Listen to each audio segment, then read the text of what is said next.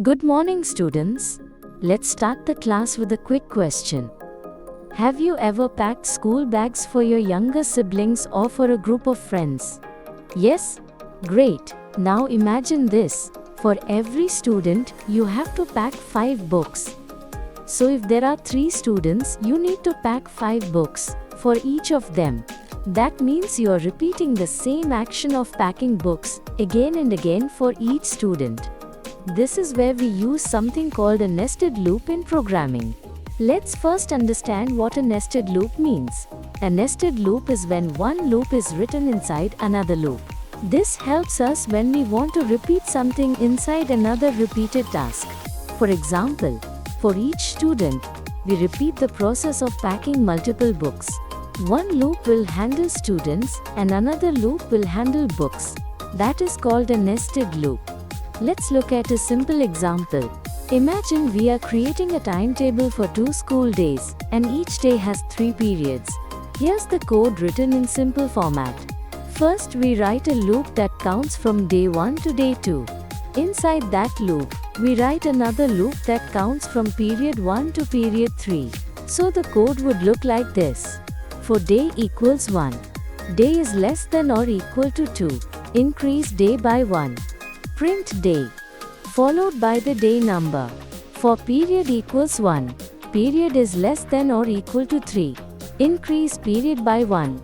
Print period, followed by the period number. Let me explain this code step by step.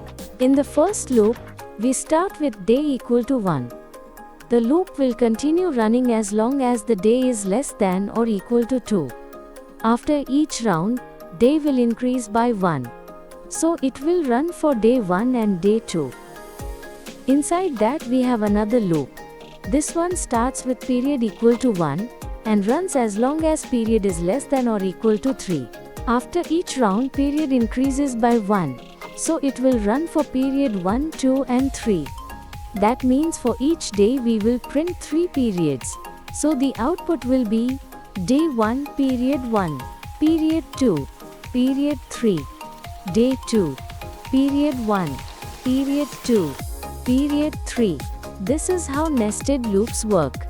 One loop runs multiple times, and inside it, another loop runs for each round of the outer loop.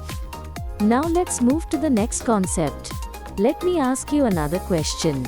Have you ever opened a box of sweets and picked one by one, without counting how many you have picked? Yes? That's how an enhanced for loop works in Java. An enhanced for loop, also called a for each loop, is used when you want to go through all the items in a list or array, one by one, and you don't care about their position or number. Let me explain with an example. Suppose you have a list of chocolates, Kit Kat, Munch, and Dairy Milk. You want to print each chocolate's name. Instead of using a regular loop with index numbers, you can use the enhanced for loop. Here's how we write it in simple words. For each item called chocolate in the list of chocolates, print yummy, followed by the chocolate name. Let's break that down. First, we have a list of chocolate names. Let's say the array is Kit Kat, Munch, Dairy Milk. The loop will automatically go through each item in that list, one by one. Each time, it will pick one item and call it chocolate. Then, inside the loop, we print the name of that chocolate, so the output will be Yummy Kit Kat, Yummy Munch, Yummy Dairy Milk. This is useful when you want to process each item in a list without using numbers or indexes. So what did we learn today? Nested loops are used when we want to repeat something inside another repeating task.